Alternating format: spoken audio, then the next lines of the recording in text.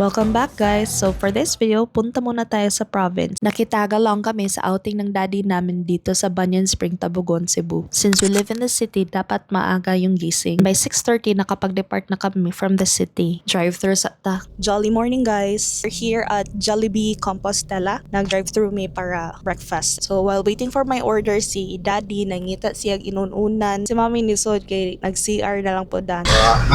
Wala jud. Dito na lang sa Carmenda mag-breakfast yung daddy namin. Ito yung hometown nila magkakapatid. Since busog na ang lahat, padayon ta sa tong biyahe. And this is the entrance to the resort. They have environmental and entrance fees. And here is the parking space for the four-wheelers. Wala namang bayad yung parking, but bigay na lang tayo ng tip kay kuya.